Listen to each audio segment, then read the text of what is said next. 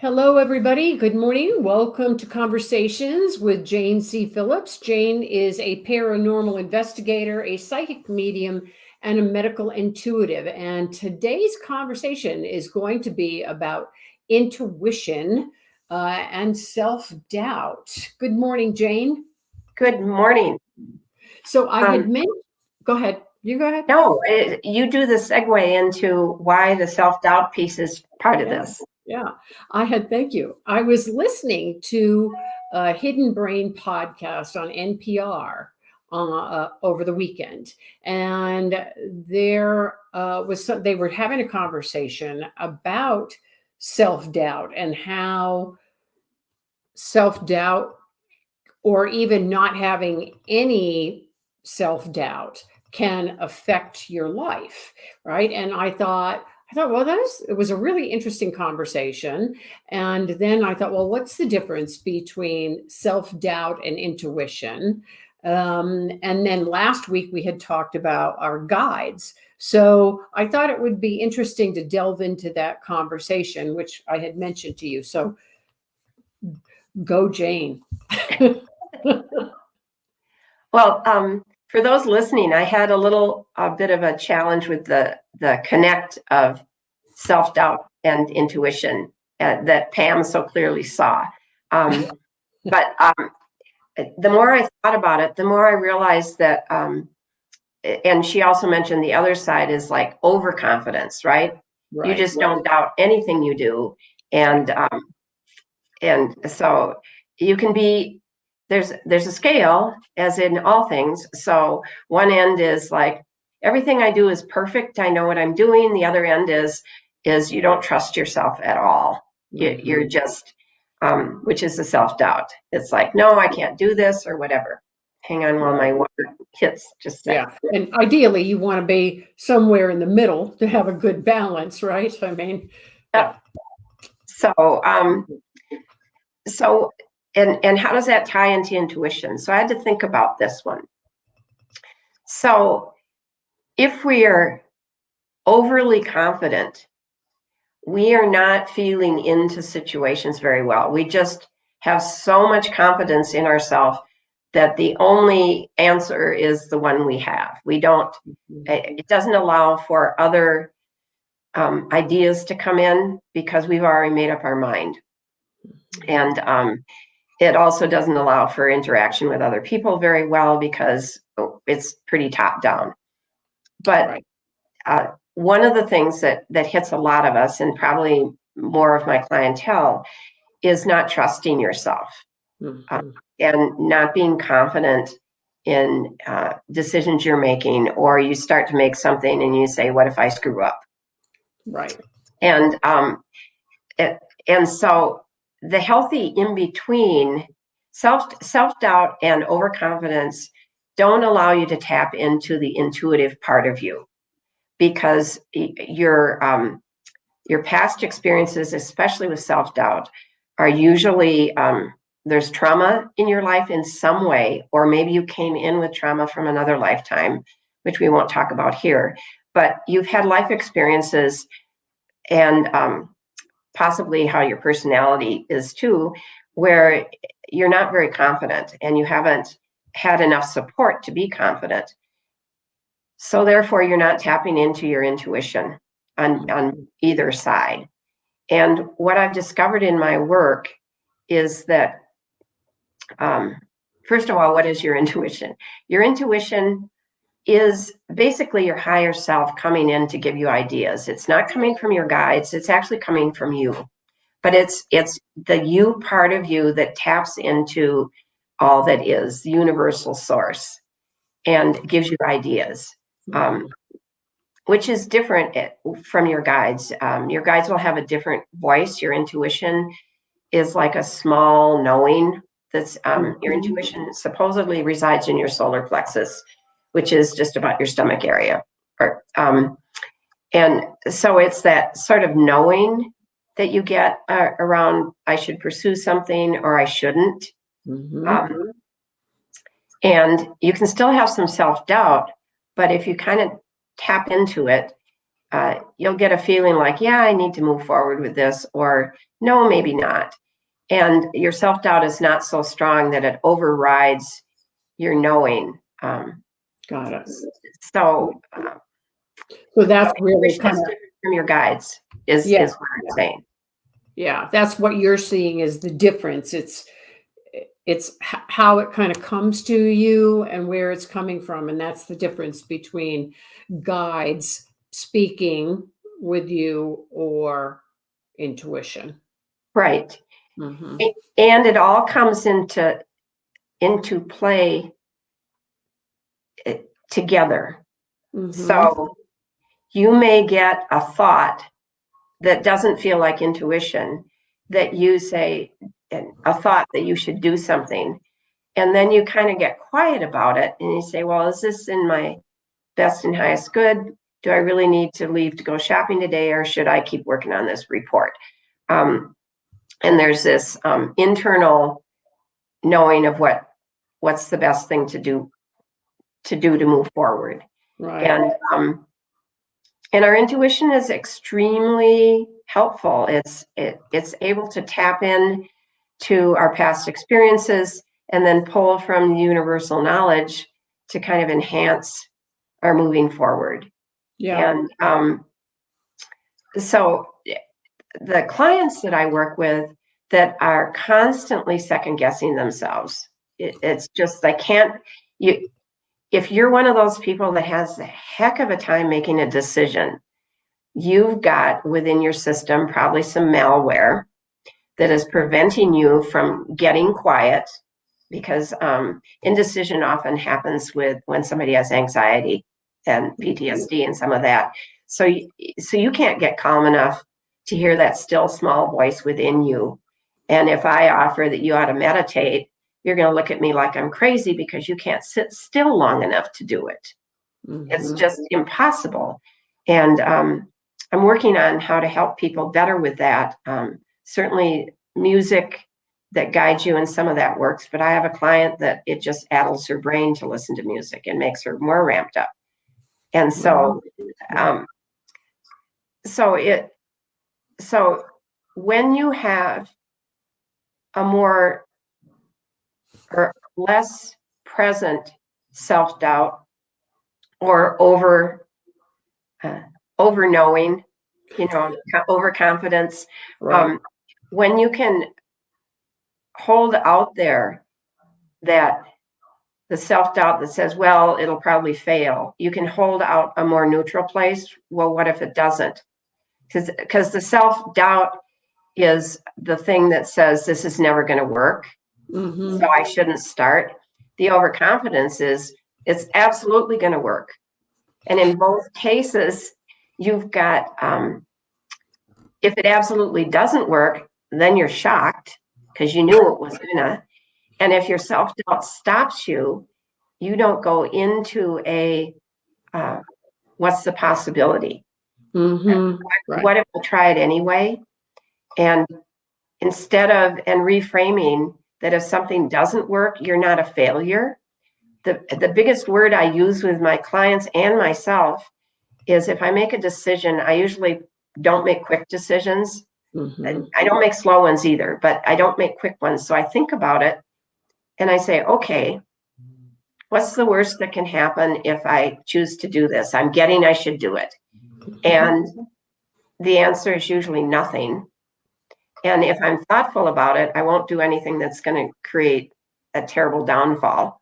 Right. But I'm usually really clear when I'm making a decision, and these are usually bigger decisions like moving and some of that. I'm usually really clear as to what I'm thinking at the time and what my mindset is, so I can make a decision. Because then if the decision goes sideways or looks like, what were you thinking? That was a big mistake. Right. I'm not able to second guess myself so much, because my mindset at the time I made the decision had a certain amount of information. And after the decision and you get bad results, you all of a sudden say, oh, I should have seen that coming.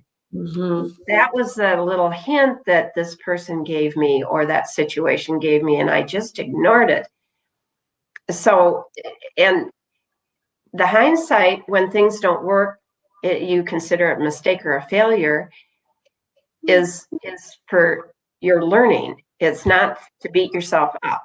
Right. It's to look at what happened and say, oh, I missed that. I missed that aspect that would have said, probably not.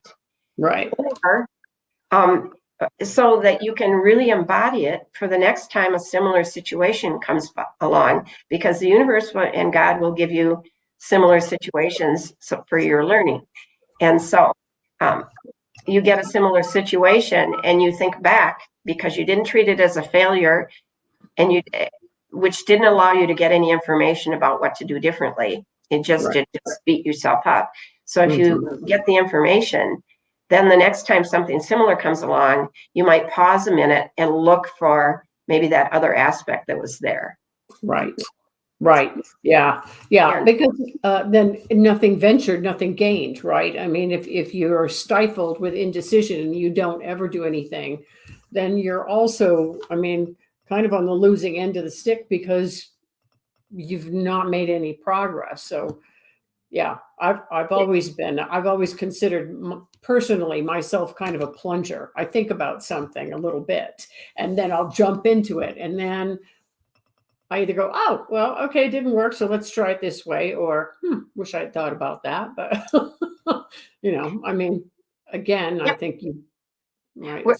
We're wired the way we are, right? Right. And you being a plunger, I'm maybe a little less of a plunger, but I am able to move forward. And somewhere somebody said it's really good. It's okay as long as you're failing forward.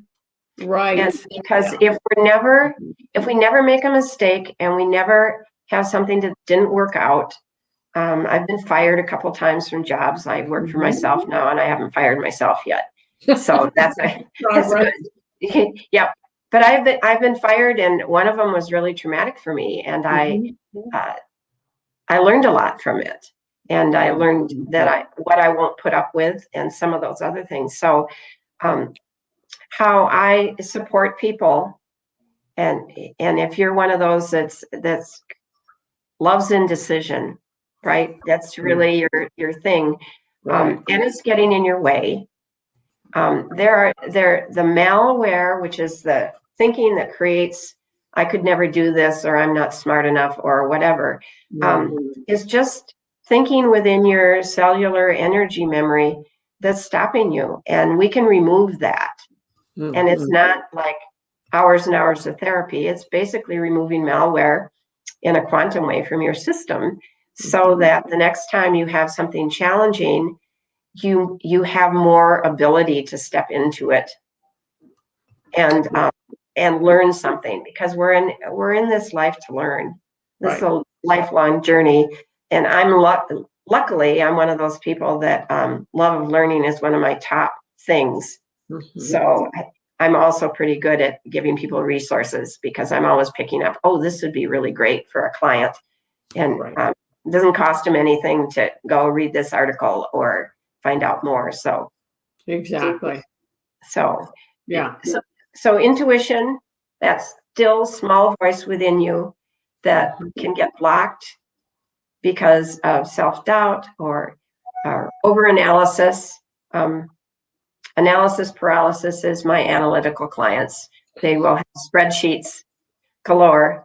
And then how do you help them at their own pace and at your own pace, if you're one of those, get to the end of the spreadsheet and be able to take the plunge as Pam does.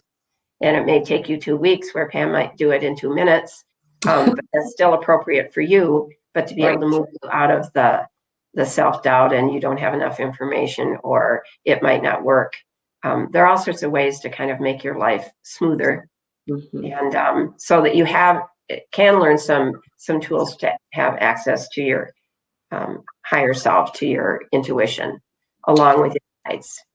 And so, Jane, if you say somebody reaches out to you to be helped with, they're indecisive on an issue or just in general, how long? You said it doesn't take that long. Are you talking one session, a couple of sessions, or what does that look like on average? If someone has a particular issue, sometimes people will call because I'm pretty good at sorting things out. So the intuitive side of me will come into play to give some other things for someone to think about that they got stuck. But often a 1 hour session will really help you move forward. People who have had a lot of trauma in their current lifetime will have repeated sessions, but that doesn't mean I'm setting something up twice a week or once a week or once a month on a regular schedule. We're processing things out and seeing how people feel after a session. It's usually they feel lighter, but it takes can take a few days after a session to process the thought process that we removed out of your system entirely. So it doesn't pop in like, Right. Oh, I can never do this. I'm not good enough to do this. If I'm not good enough is not in your system anymore, it's not a thought that pops into your head, then you have space to think something differently. And that's where I help. So a session often will get you started. I have people who have used me over the course of a year or 2 years or 3 years, and sometimes it's 3 sessions a year as something comes up. And I don't do packages because it doesn't make sense to me. Right. Because you're experiencing your life. And so, but I'm here to help. And I really want everybody that I work with to be able to feel more confident about themselves and their journey, and that they are starting to have some tools to navigate their life without having to find somebody all the time to help them. A girlfriend of mine in Minnesota who was talking to a potential client of mine told me that when I removed her heart wall, she paid me to remove her heart wall, which is an emotion code thing.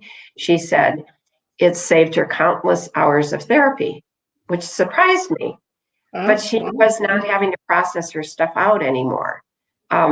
With a therapist, the blocks that were around her heart that were stopping her from maybe connecting or maybe understanding what somebody else is going through, allowed her to have more clarity. And so she's able to let go of things that normally would have triggered her. And so that's a big deal. That is a big deal. Things that trigger you and angry or depressed or whatever. When I removed my heart wall, because I could do it myself a couple of years ago, I wasn't sure what would happen. But, if somebody says something to me that might be hurtful, I still experience the hurt, but I process it out. And I'm not holding on to it and going, here it is one more time. Somebody doesn't care. It's like, I have more understanding that the other person is who they are, and they didn't think it was a mean or heartless thing to say. They just said it, and I reacted that it's not on them, it's on me, and then I process it out. So that's another blessing of some of the work that I do, that you can have a circumstance, but be able to process it out. And so, yeah. If you have, thank you, Jane. That was an interesting conversation, really. I mean, I've been thinking about that ever since I listened to that podcast. So talking through it was super helpful. Yeah. And to all our listeners out there, if you have questions, would like to schedule a session with Jane, you can find her on her website and schedule an appointment through Calendly. It's janecphillips.com. Wishing all of you a happy and safe holiday. Thanks for listening today. Merry Christmas, happy holidays, everyone. Take care.